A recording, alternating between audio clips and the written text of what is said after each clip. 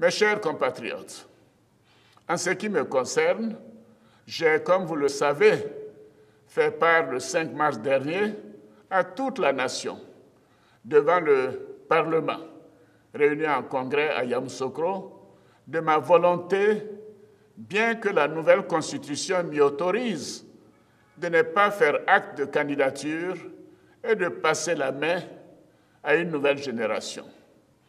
Depuis cette décision, j'avais commencé à organiser mon départ, à prendre toutes les dispositions au plan personnel et au plan politique. J'avais planifié ma vie après la présidence. J'avais entrepris de relancer les activités de mon institut et de créer la Fondation internationale Alassane Dramane Ouattara, ADO, dont les locaux sont en cours de finition. J'envisageais ainsi de mettre mon expérience en matière économique et de gouvernance au service des pays et des institutions qui le souhaiteraient.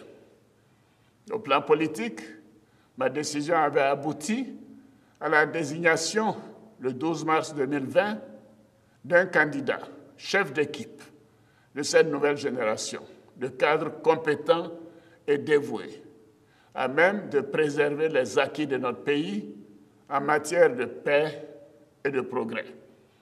Mais comme le dit l'adage, l'homme propose, Dieu dispose.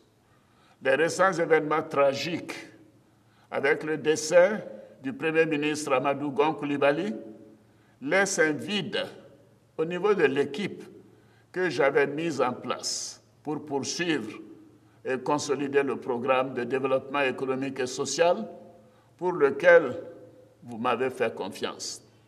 Par ailleurs, le calendrier très serré, à peine 3 mois avant l'élection présidentielle. Les défis auxquels nous sommes confrontés pour le maintien de la paix, la sécurité nationale et sous-régionale, ainsi que la nécessité de juguler la crise sanitaire. Le risque que tous les acquis, après tant d'efforts et de sacrifices, consentis par toute la population, soient compromis. Le risque que notre pays recule dans bien des domaines. Tout cela m'amène à reconsidérer ma position.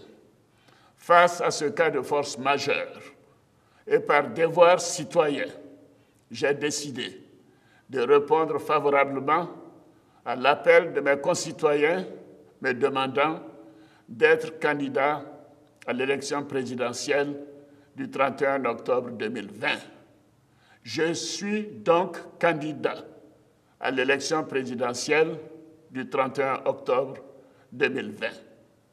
Je peux vous assurer que cette décision mûrement réfléchie est un devoir que j'accepte dans l'intérêt supérieur de la nation, afin de continuer de mettre sans relâche mon expérience au service de notre pays. Compte tenu de l'importance que j'accorde à mes engagements et à la parole donnée, cette décision représente un vrai sacrifice pour moi, que j'assume pleinement par amour pour mon pays. Par cette décision, je vais aussi prendre le temps d'achever de préparer la relève. J'entends également renforcer les actions de rassemblement et de réconciliation de tous nos compatriotes